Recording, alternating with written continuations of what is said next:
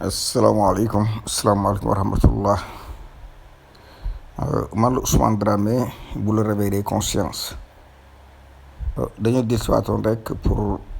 dellu di nàmm xel yi ndax ab gopp soo ca bëggee mbay mu rafet def naa ne danga ko xëy dàggi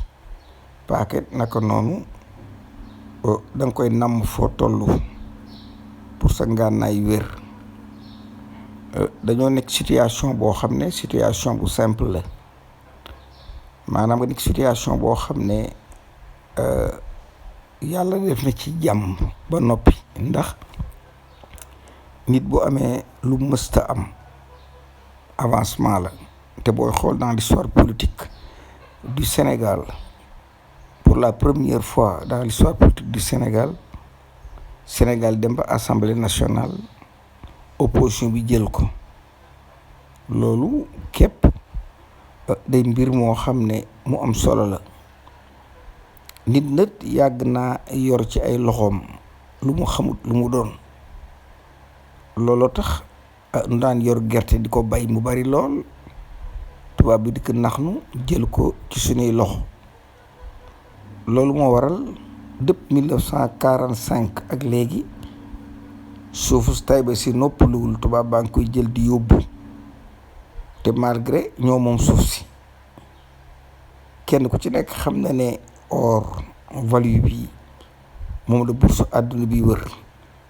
Sénégal chaque semaine lu dee juróom-ñaari tonni or danañu génn réew mi dem loolu danga yor loo xamut. Nit dana nekk ak koo xam ne war na ko mën a jëriñ mais du ko xam ndax xel mi ci bopp mooy gàtt ba ak ñaaw njort moo koy dugal ci musiba. Ba tax na lii nga xam ne am nañ ko jërul xeeb luñ mësta am la muy 82 chaises à l'Assemblée nationale. te boo ñëwee ci côté opposition moo yor lépp kon bu la yàlla dimbalee ba nga yor lépp da ngaa war a xam li nga yor ba mu bañ a mel ne or bi ñuy jël, ba mu bañ a mel ne zircon bi ñuy jël, ba mu bañ a mel ne suñu géej yam dañ ko napp ba mu jeex tàkk kan dellu xalaat xool xale yi ak jigéen ñi. Xale yi jànguñu ndax boo duggee suñu université yi ci àll bi ñëw ci université nekk Sénégal da ngay yëg distance bi. boo xoolee ci créativité bi nga xam ne moo am au niveau mondial Sénégal bokku ci. booy xool les 3000 meilleures universités du monde benn université Sénégal bokku ci. kon loolu moo lay wan ne réew mi jànguñu te ku jàngul doo am xam-xam. kon booy bu ma ne xam-xam amu fi waaw lii ñu yor ko su néew nag te bari lool sax lay wax muy 82 députés à l'Assemblée nationale il faut ñu xam ni ñu koy gérer ñoom Pape Diop ak yeneen 4 députés yooyu nga xam ne dañoo beddiku bu fekkee ne réew mi ñor na leen opposition bi tax nu gañe nañ dikk ànd ak opposition bi. waaye bu demee ànd ak pouvoir bi day mel ne mosuñoo wote mais dañoo wor may ñaan nag leader yi nga xam ne ñoo nekk ci Yewwi c'est une histoire première histoire boo xam ne day door a am histoire boo xam ne ñun dafa xëy na rës ci suñ kaw muy 80 et quelques députés pour nu man koo gérer dëgg lépp ci yéen la yéen ñi nga xam ne yéen nekk ci kaw nun li ñu war a def nañ ko li ñu war a def mooy wote leen wote nañ gañe ngeen il faut savoir gérer une victoire. Sénégal nag finition mënu ko finition ab ànday dem ba ca fin ba njëriñ war ca am génn coow mujje ca loolu moom ku xam Sénégal xam ko ci. da ngay tabaxloo am maçon mu commencé fondation bi ndax yaa ngi koy xool ndax yéene ji mais boo dee ba ci finition ba ci nga gis ay erreur ay tappale ay yoo xam ne si daanaka ñun daal Sénégal yi xamuñu finition, moo tax lu ñu yor ñaare rek du mucc suñuy loxo, ci ni loxo lay mucc. may dellu encore di wax ak waa Yewwi Askan Wi, da ngeen a àndoon ba am ndam, da ngeen fexe continuer ba ndam li taxaw. askan wi seen jaan wàcc na, ñun dañoo toog di leen seetaan, ubbi suñuy bët ak suñuy xel. na ngeen fexe ba ànd teg ko ci yoon, victoire bi nga am na ñu consommer ko normalement. Macky est au bout du tunnel. Macky is in the end of the tunnel, maanaam ca catal tunnel ba la toll. Macky bu fekkoonte ne waxtu julli la, ma ne nodd nañ ba noppi, julli sëlmal rek a ci des. Macky bu doon am ndënd, ma ne foq na. Macky dara mënu koo te wàcc, ndax bu fekkee ne la tradition, la philosophie d'une opposition am na, ñu jaare ko ci yoon, loolu mooy wane ne Macky est au bout du tunnel. Être au bout du tunnel mooy la sortie de Macky Sall, les fins de Macky. Macky jeexal na tàkk. Il y a un scandale qui est en train de se produire ci parti boobu ba ci Benno Bokk Yaakaar. Même il y a des rumeurs yu wane ne les députés yi nekkoon PS, députés yi nekkoon yi ñu jël te nekk PS àndoon ak Macky, ñu ci bari ci li ma dégg ci ay rumeur, Khalifa Sall mi ngi seen xel pour fekk si ko, ndax d'accord nu ci troisième mandat bi. kon yooyu ay test psychologique la yoo xam ne we can use it to be together to build a nation. mbir mi loolu dong la. war nañoo mën a utiliser xam-xam boobu, jaarale ko ci yoon, ci finition bu normal, pour mën a récupérer ce que vous appelez la République, le retour de la République au peuple sénégalais. mais jikko yi nga xam ne moom lañ amoon, nga muy jikko yoo xam ne dañ ko war a soppi, jikko yi ba tey soppikuwul. xam nañ ne daa war a soppiku, daa mel na nga xam ne dangaa war a togg añ, waaye toggoo wala da nga taale baaxut. ba tax na ñun ñi nga xam ne ñoo ni ci àll bi, nga xam ne yàlla may nañ expérience, yàlla may na ñu vivre les plus grandes démocraties du monde, yàlla may nañu aussi ak mat ñaare ak mën. kon am na weneen yoon mu war a doxe, wudul indi werante ci suñu biir. bu kenn werante, di ci des bariwul. Macky booy ba ma muy daanu, kon nekk fi di werante ak a wax, daanaka diaspora bi ñëpp xam nañ leen. ñun ay liggéeykat lañ. Koo ci gis ku nekk am na compte banque, koo ci gis ku ne mi ngi liggéey, koo ci gis ku ne mi ngi active di yëngatu ci li nga xam ne mooy société.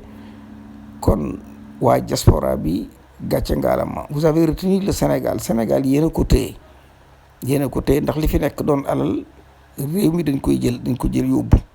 daanaka li ngeen fi dugal moom la réew mi dundee. bu ngeen téyewoon seen loxo, réew mi torox. kooku Nations Unies wax na ko, Banque mondiale wax na ko. man j'étais en réunion à la Banque mondiale, demoon naa Banque mondiale, ñu toog waxtaan à l'ambassade du Sénégal,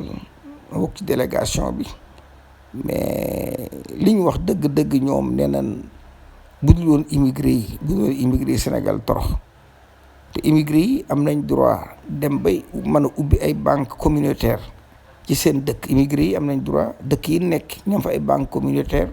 ñu fekk fa jàppale leen. kon yéen ñàkku leen xorom, ñàkku leen fulla, yéen a ngi liggéey. waaye histoire politique bii nga xam ne am ci résultat bi il faut ngeen jàpp ci yéen immigré yi pour Sénégal gérer ko. nit bu amee lu mësta am da koy jaaxal, ak lu mën a doone loo mësta am, ba ci togg loo mësta togg. boo ko toggee koo ma sax togg bu dikkee turé ci ay défaut, te défaut waruñoo juum. nous sommes au bout du tunnel. ba ma Macky mu jaaxaan képp ci des. Macky xam naa ko, Macky yàgg naa koo xam. Macky wax naa leen ba tàyyi ne xol bi bonut, y a un projet boo xam ne tubaab yee ko nas depuis 1896 ba guerre yëpp jàll boobu Macky judduwul boobu ba nëgë ni tubaab yi ñoo nu téye luñ fi mas a bay ñu jël luñ fi mas a am ñu jël kon Macky dafa juddu fekk fi système bi da nga am doom nag mu ne ci loo xam ne gënalu la te day mel ne dañ ko caa xirtal xëy na loolu a ko jàpp waaye Macky am naa lu ma wér ne bu sañoon génn ci coow li ko topp bu dee xaalis doyal na ci sëkk ndax lim manqué ci keesi réew mi kenn jëlu ko dul moom ak famille am kon ce n'est plus un problème d'argent Macky day accroché mais Macky day accroché pour les impérialistes Macky day accroché pour ñi nga xam ne la coopération internationale Macky day accroché wu pour defe ne buñ ko jàppee def ko ci kaso bi waaw am réew nag boo ko yoree booy dem daañu la laaj càmbar la xool lañ la dénkoon noo ko yore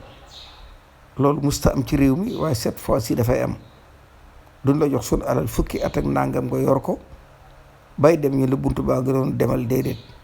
il faut des audits il faut un contrôle général il faut une globalisation de système de sécurité il faut nu xool lañ la joxoon noo ko def foo ko jaarale ndax amoon nga ca ay yoon wala déet contrat boo fi signé bu ne contrat bi dañ ko war a jël xool ko mun amulul njëriñ ñu def ko ci mbalit mi xool les responsables yi signé woon contrat bi yóbbu leen tribunal atte leen la justice sénégalaise une justice maudite yàlla ci boppam moo ne ay attekat buñ dee ñett ñaar ñi buñ dee sawar lañ jëm yàlla moo ne attekat buñ dee ñett ñaar ñi buñ dee sawar lañ jëm bu ngeen xoolee ni justice sénégalaise biy def nga xam ne ay nit yi sawara lañ te nit yi sawara nga toog di ko déglu di xaar mu jox la verdict yow ci sa bopp yaa ngi ci musiba naaru laay moo xam ne doo ko mën a lijjanti moo tax la magistrature sénégalaise ay doomi jullit ngeen delsi leen ci seen bopp am naa yaakaar ne seeni bàyyi yarewu leen noonu Macky Sall bërki dem bu doo nga la juddu war leen a manipuler surtout pour des intérêts pluriels des intérêts qui concernent toute une nation ni ñu turé àndal ak sa sago ngeen def fi nit lépp loo xam ne si wax ngeen ko ci réew mi wala ñu joxoon leen ko mun leen a fexe ba suñu borom bi leen ko laaj la politique ci diine la bokk yonent bi sallallahu alayhi wa sallam dafa politique yonent bi dafa révolutionné si vous rappelez la bataille de Médine loolu moo leen di wan ne yonent bi mënoon ne du ma xeex ndax man la yàlla àndal mais dafa xeex ba sonn ba daw dugg ci am xunti bu ngeen jàngi suuratu Yaasin da ngeen xam li ma leen di wax kon nañ bokk jóg teg ko ci yoon ànd ngir diine ànd ngir doon ay bokk ànd parce que dañoo war a defar coono bi nga xam ne ca njëndum jàmm ba nëga ni kenn ko ni magistrature bi ni peese Sénégal yi di jaay presque 200 millions de Sénégalais moom la Cheikh Anta wax mais am na ñu ne ëpp na ko yu fi jóge ci ay jaam ñu peese ay Sénégalais yóbbu jaay leen ci àll bi les Caribéens dafa fees dell ak i africain Haïti ak foo mën a dugg Sénégalais yi tubaab bi jaay ne leen juróom benn téeméeri at di leen peese di jaay wañu ko yilif leen lépp ñetti téeméeri at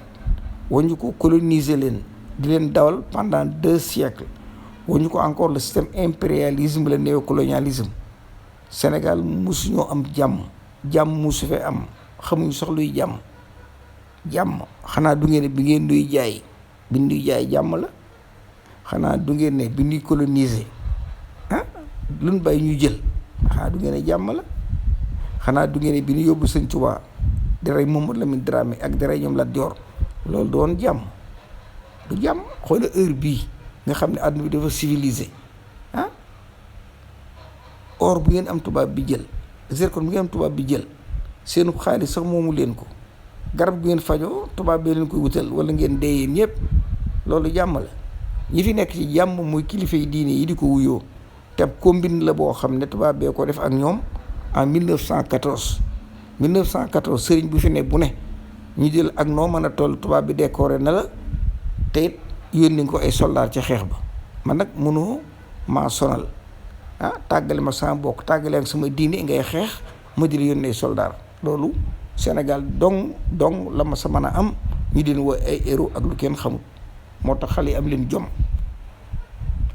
jom dem leen jàngi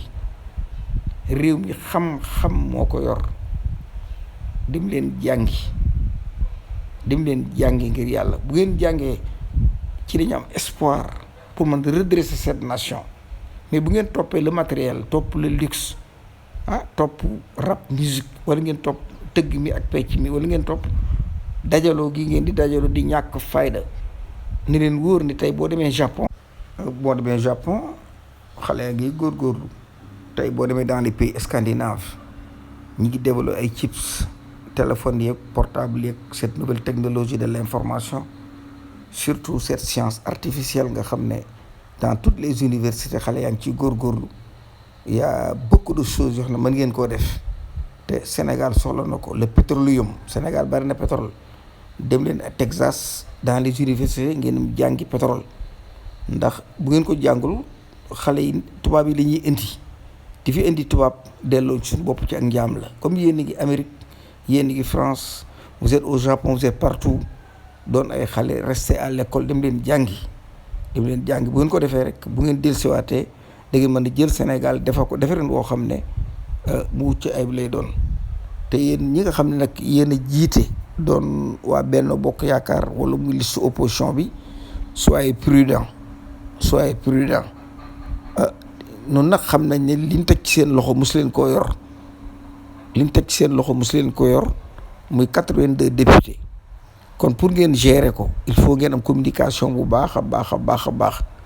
te aussi ñun ñi nga xam ne duñu ay député il faut ngeen di déglu bu leen làmbutu ndax nit mënu ko togg loolu wax ne musu koo togg mu togg ko mu jaar yoon te bu erreur amee musiba am te erreur warta am Macky dafa war a dem te dana dem parce que opposition bi moo gagné opposition bi mooy pouvoir bi opposition bi mooy majorité une majorité nag da nga xam ñu koy gérer ñi ngi nii jullit yi majorité lañ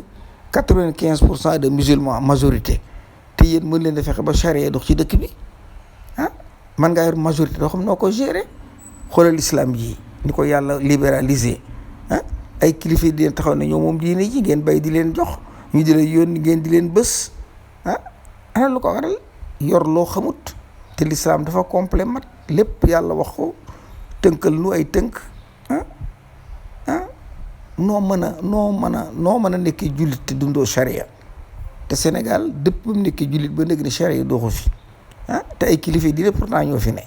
kon nun danoo yor lu ñu xamut danoo yor l'islam très souvent dañuy wax naan benn sénégalais foo ko fekk màggal ko maanaam benn Sénégal bu làqu Japon di liggéey boobu muy sax dañu ko fa def kilifa ndax dañ koy bëgg mais sénégalais mbooloo mi moo amul njariñ loolu kenn ku nekk dégg ko waaw ab sénégalais fu mu làqu di liggéey wala mu dëkk fa ci jàmm lay ne mais bu ñu ko tàmbalee fekk si nit ñi tàmbalee ñëw ci moom dafay dem ba maanaam seen i habitude ak seen i manière day tax ba dootuñu fa xaj loolu moom ñun ñëpp noo ko bokk xam da ngay xool suñ tariixa yi niñ baree ak mbooloo mi du sikkar mënuñu koo paase amuñu benn xam-xam boo xam ne daañu mën a teg loo xam ne askan daañu mën a jafandu dund ci waaye ginnaaw sikkar ak joxe xamuñu leneen muy mbooloo moo xam ne mun waroon mën a utiliser la ci industrie bi ci éducation bi man ko utiliser ci yu bari mais yàlla dogal na nous sommes trop limités danoo yàgg yor luñ xamut lu mu doon waaye cette fois-ci defe naa ne ak diaspora bi ak les cadres yi nga xam ne révolutionnaire cette révolution intellectuelle defe naa ne daanu jóg lijjanti suñu bopp li fi amoon dootu fi am loola jeex na tàkk nañ bokk di gëstu lii ñu yor seet nañ koy gérer ensemble dans la dignité et la bonne foi buñ ko defee daañu am ndam loo xam ne si ñun ñëpp en tant que des Sénégalais ñun ñëpp ñoo koy bokk. problème yi fi am yëpp ñu naan Haalpulaar laak Joola laak Bambara laak Wolof laak yooyu yëpp yu fi tubaab bi indi la utiliser Macky Sall mu di ko jëfe te am naa lu ma wér ne neexul Macky Sall mais foog mu jëf ko ndax tubaab bee soxla réew mi mu demee noonu avec cette nouvel ordre mondial. waaw ngam day coloniser bopp yi coloniser alal yi lépp lu yor nga ko dañ koy nangu loo tiim moomoo ko tubaab bee ko moom ci yooyu lañ ne. moo tax xale yi vous avez la responsabilité vous représentez 90% de cette population amu leen 45 ans kon ñun mag ñi dañuy am yaakaar ne vous allez relever les défis nag mooy ngeen jàppante la communication passe ngeen taxaw woo Macky Sall woo waa APR woo ñëpp ngeen xam ne dañu nekk ci benn système boo xam dañ ko fee war a jële mbir mi loolu dong la waa APR Benno Bokk Yaakaar yéen ñëpp ñëw leen ngeen regroupé wu doon benn assemblée nationale ngeen foqati réew mi defar ko dàq tubaab bi ñuy dem ngeen renégocier contrat yi mbir mi loolu rek la. kon maa ngi jéggalu bu baax a baax te ñaan jàmm di am yaakaar ci yéen nag yaakaar du mat sëkk laa am ci yéen te am naa yaakaar ne da ngeen ko gérance boo xam ne bu mucc ayib lay doon kon maa ngi ziar te ñaan jàmm. mooy ñaanal yàlla sutural te indi jàmm ci kër yi indi jàmm ci réew mi indi jàmm ci Afrique ban maanaam booloo rek pour une unité fédérale et révolutionnaire des États d'Afrique loolu rek la kon may ziar bu baax man la Ousmane Dramé bu la réveil des consciences peace and love jaa ngeen jëf